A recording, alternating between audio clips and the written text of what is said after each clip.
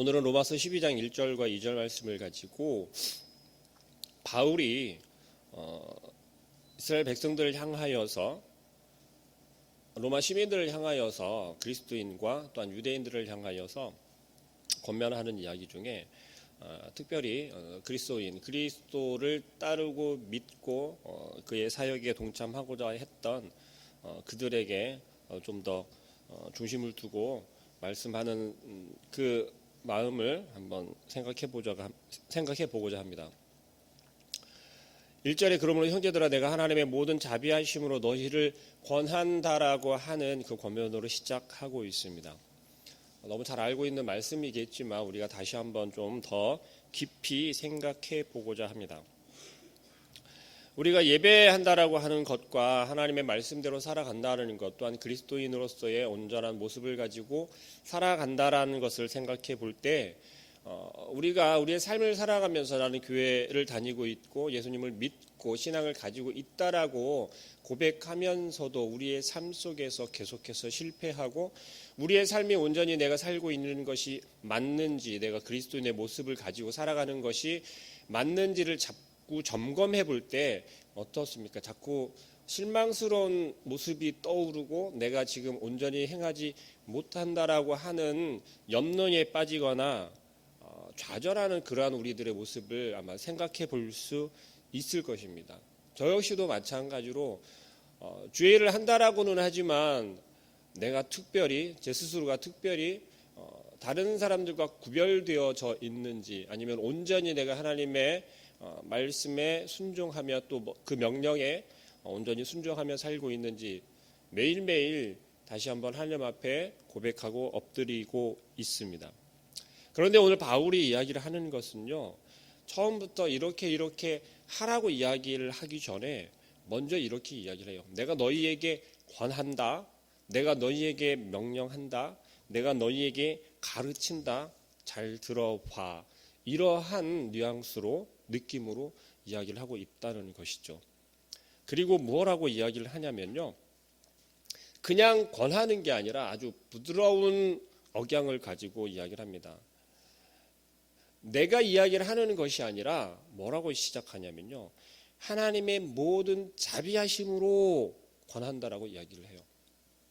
이 말은 다시 바꿔서 이야기를 해보면 바울 스스로가 내가 지금까지 살아보았더니 이게 맞더라, 내가 지금까지 경험해 보았더니 이렇게 하는 게 옳더라, 내가 지금까지 예수 그리스도를 경험하고 느껴보았더니 이렇더라고 이야기를 하는 것이 아니라 하나님을 빗대어서 이야기를 하고 있어요. 그것도 하나님의 자비하심을 빗대어서 이야기를 한다는 것이죠. 무슨 말입니까?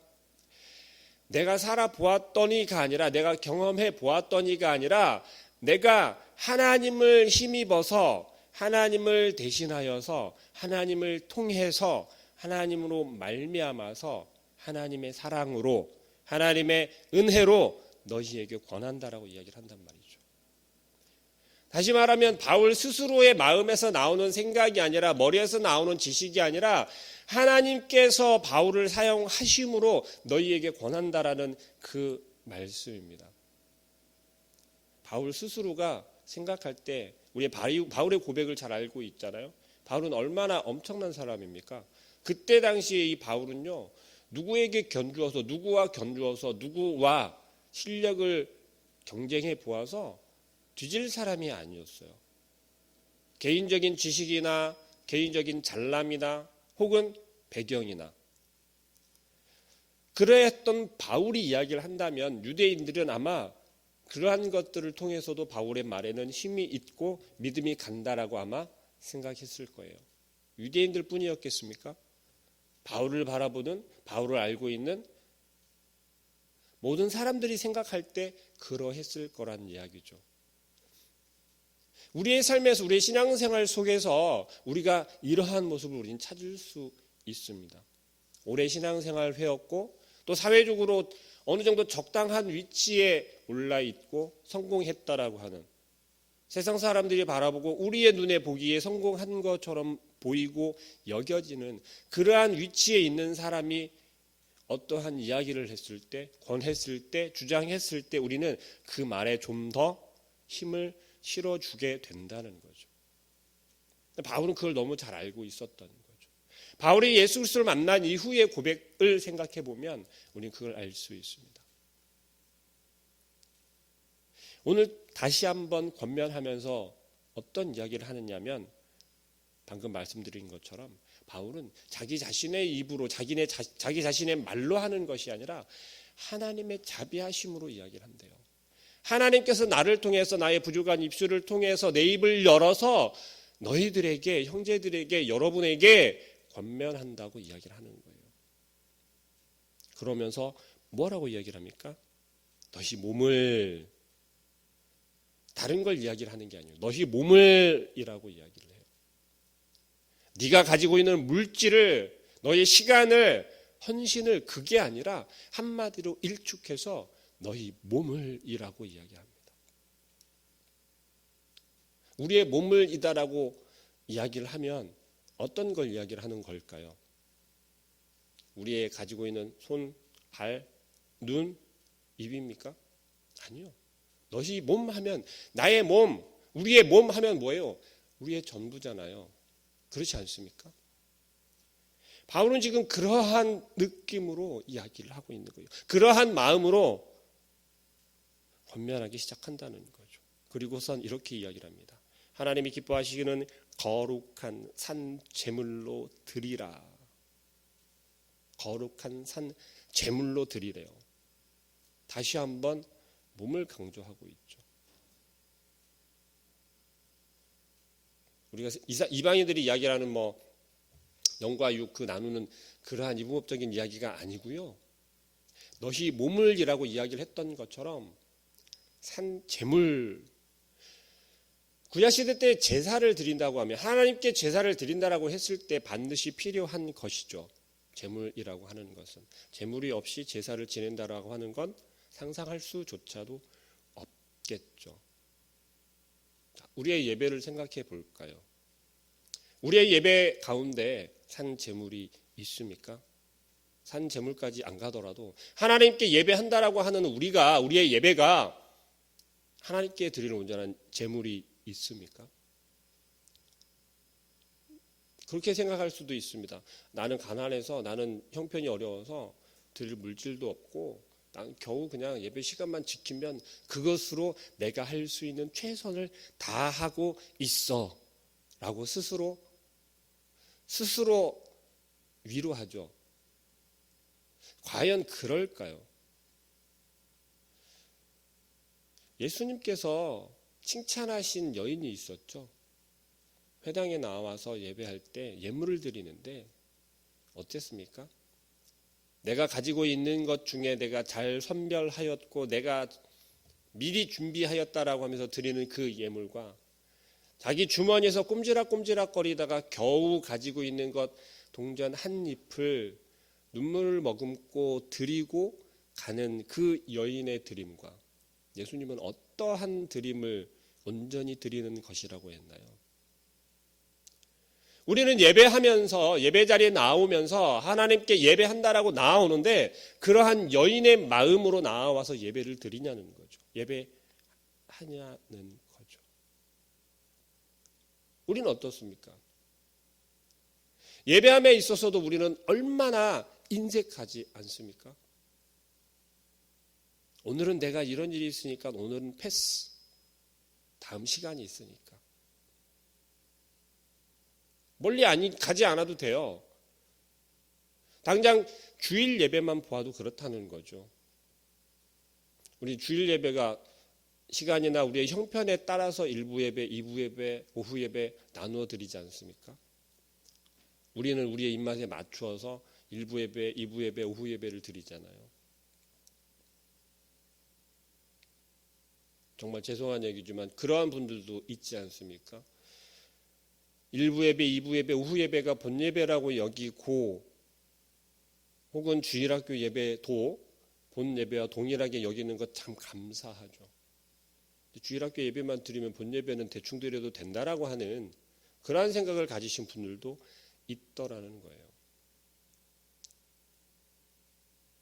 주일은 뭐라고 이야기를 했습니까?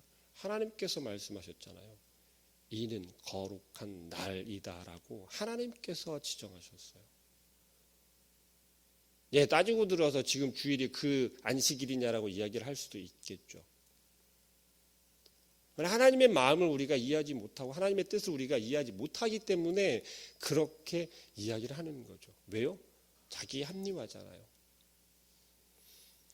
분명히 예배한다는 것은, 예배 드린다는 것은 하나님께 온전히 드리는 것이고 하나님의 것을 다시 돌려드리는 것인데도 불구하고 우리는 우리가 가지고 있는 것에 내가 가장 좋다라고, 내가 가장 준비했다라고 하는 것을 드린다라고 하는 착각을 한다는 것이죠. 오늘 바울이 이야기를 하는 것은 바로 그것입니다. 하나님이 기뻐하시는 거룩한 산제물, 하나님이 기뻐하시는. 우리의 마음이 콩밭에 가 있고 우리가 가지고 있는 것 중에 가장 일부를 그저 내가 선별하였다라고 하면서 스스로 안심하는 그 마음으로 잘했다라고 스스로 칭찬하는 그러한 마음으로 드리는 그 제사가, 그 예배가 하나님께서 기뻐하는 예배가 아니라는 거죠. 예배한다라고 하는 것은, 하나님께 드린다라고 하는 것은 내가 무엇을 드리겠습니까? 내가 가진 것이 이게 가장 좋은데 내가 가진 것 중에 가장 좋다라고 하는 것은 뭐예요? 내 몸보다도 내가 지금 지키려고 하는, 내가 사용하려고 하는 그 시간보다도 더 좋은 걸 드린다면 예, 그게 하나님 기뻐 받으시는 예물이 될 수 있겠죠. 제사가 될 수 있겠죠. 산 제물이 될 수 있겠죠. 그러나 하나님께서 기뻐하시는 것은 오늘 바울이 이야기를 하는 것처럼 무엇입니까?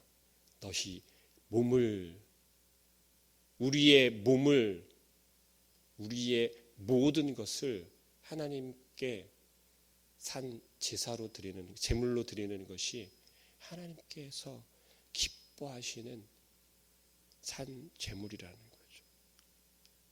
이어서 또 이렇게 이야기를 하잖아요.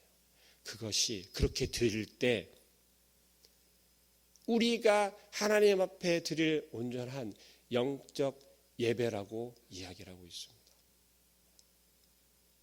그저 바울은 예배를 잘 드려야 한다라고 이야기를 하는 게 아니에요. 너희가 예배를 온전히 시간을 지키고 형식을 지키고 너희의 모습을 지켜서 드리는 것이 영적 예배라고 하는 것이 아니라 하나님께서 기뻐 받으실 만한 산 제물을 드릴 때, 너희 몸을 제물로 드릴 때, 너희 몸을 하나님이 기뻐하시는 몸으로 드릴 때 그것이 온전히 하나님께서 기뻐하시고 우리가 드려야 할 마땅한 영적 예배라고 이야기를 하는 것입니다. 바울이 이처럼 강조하는 이유가 무엇일까요? 도대체 왜 강조하고 있을까요? 그것은 지금 유대인이나 혹은 그리스도인들이나 지금 어려움에 봉착해 있어요. 어려운 상황에 빠져 있어요. 왜요? 이방인들과 적그리스도와 헬라파 그리스도인들과 등등. 지금 한국 기독교가 많이 힘들다고 합니다. 한국 교회들이 많이 어렵다라고 합니다. 그러나 제가 한번 말씀드린 것처럼 그 어려움 속에서도 우리는 희망이 있다라고 말씀을 드렸어요. 왜요? 한국 교회가, 한국의 기독교가 어렵고 힘들다라는 건 우리 스스로가 느끼고 있기 때문에 그렇다라고 말씀을 드렸어요. 그런 것조차 느끼지 못한다면, 위기의식이 없다면 우리는 계속해서 수렁으로 빠져들어가고 계속해서 넘어지고 만다는 것이죠. 그러나 우리는 그걸 느끼고 있기 때문에, 위험하다는 걸 알고 있기 때문에 벗어날 수 있고 방법을 찾고 일어설 수 있고 힘을 낼 수 있다는 것이죠.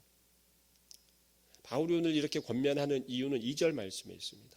너희는 이 세대를 본받지 말고 오직 마음을 새롭게 함으로 변화를 받아 하나님의 선하시고 기뻐하시고 온전하신 뜻이 무엇인지를 분별하도록 하라라고 이야기를 해요. 분별하도록 하라. 우리는 이 말씀에 집중했으면 좋겠습니다. 이 세대를 본받지 말고,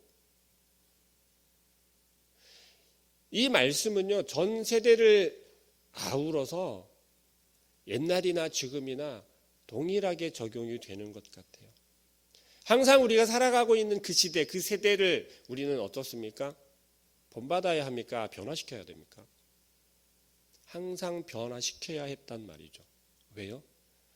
항상 우리가 살아가고 있는 그 시대에, 그 세대에 맞게 계속해서 우리를 넘어뜨리고 우리의 신앙을 무너뜨리고 우리의 신앙을 죽이는 그러한 환경이었고 그러한 상황이었고 그러한 것들이 우리에게 항상 다가왔다는 거예요.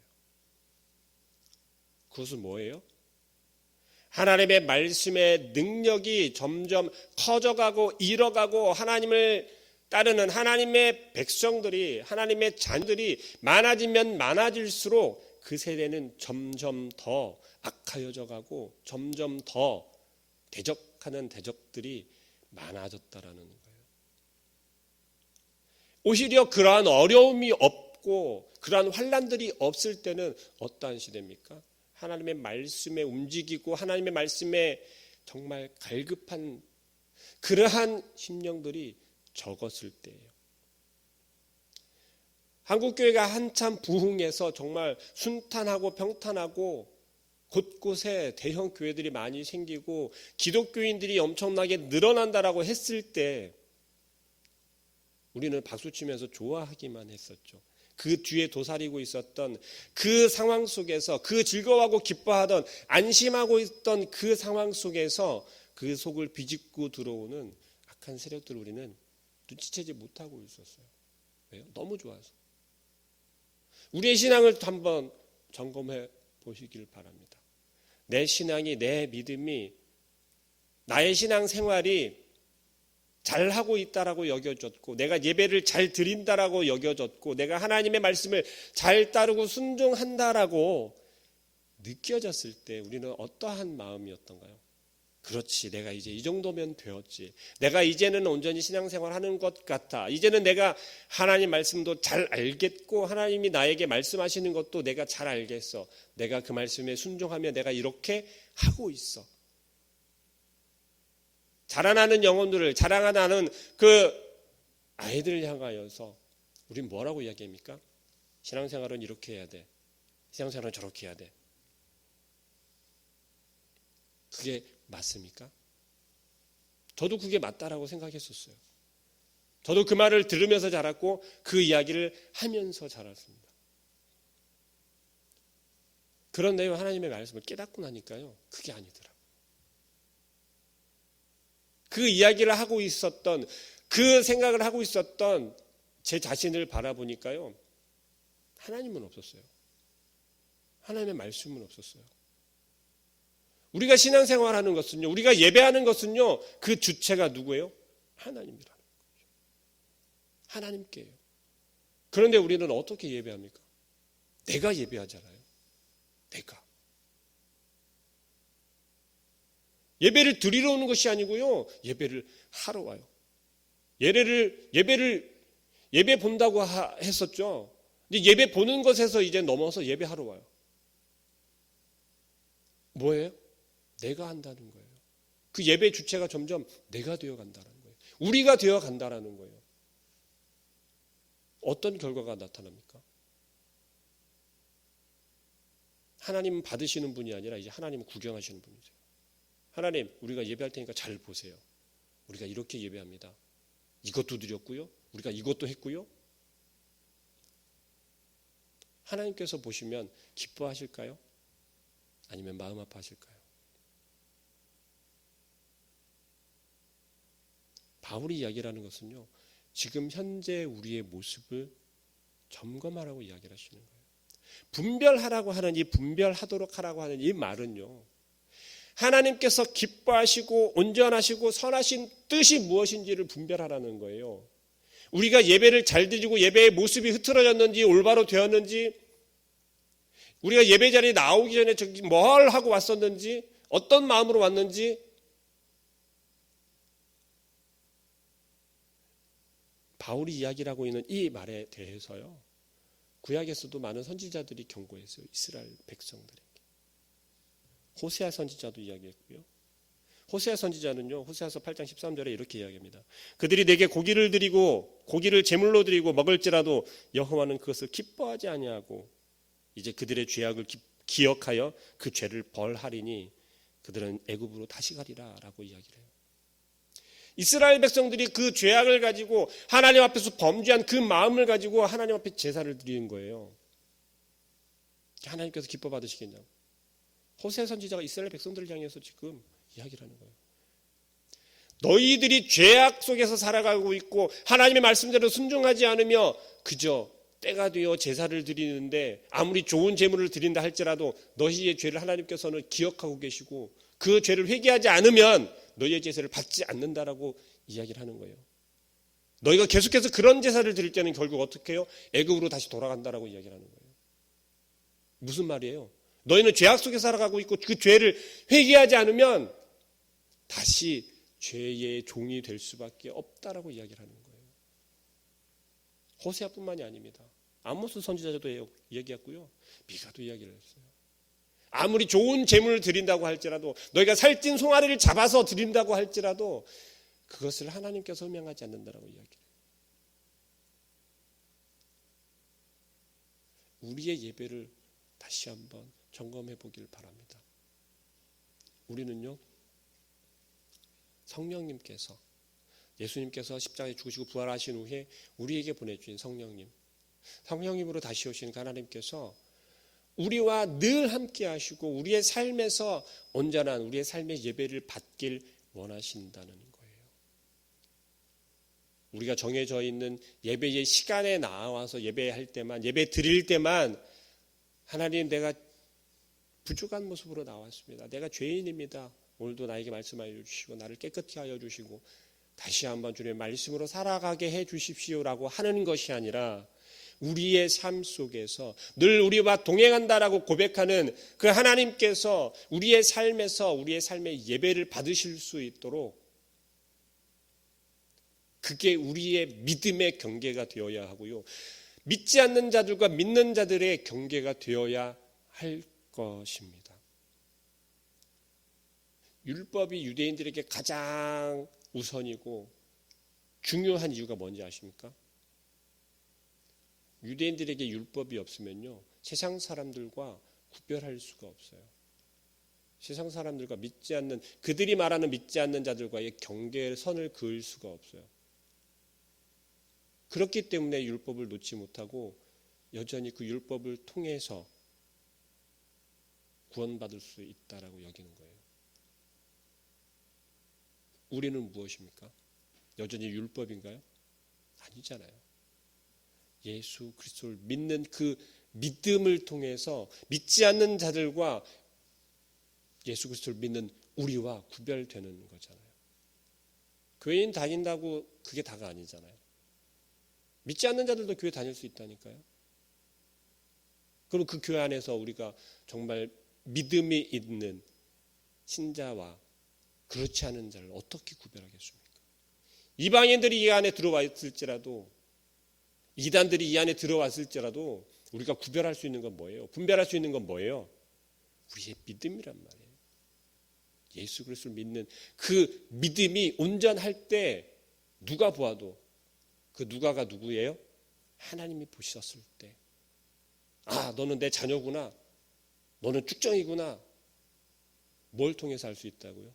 우리의 믿음을 통해서요. 예수 그리스도를 믿는 그 믿음을 통해서 우리의 삶 속에서도 그 믿음이 나타나야 하고, 그럴 때 우리의 삶의 예배를 하나님께 온전히 드릴 수 있다는 것입니다.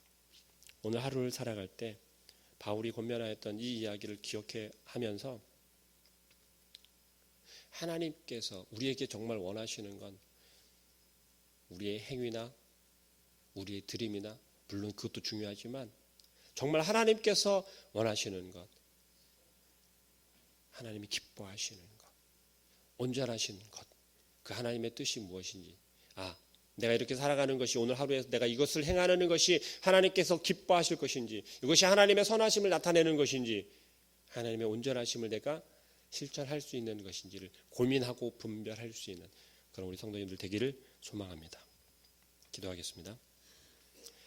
사랑하는 하나님, 하나님께서 우리를 얼마나 사랑하시고 또한 우리에게 원하시는 것이 무엇인지를 분별하여 알기를 원합니다. 그러나 주여, 우리의 마음은 여전히 이 세상 속에서 세상에 현혹되고 우리의 눈을 빼앗기고 우리의 마음을 빼앗겨서 하나님의 뜻을 헤아리기보단 아버지 하나님의 기뻐하시는 것을 생각하기보단 지금 당장 우리 눈앞에 있는 우리의 환경과 우리의 삶을 먼저 생각합니다.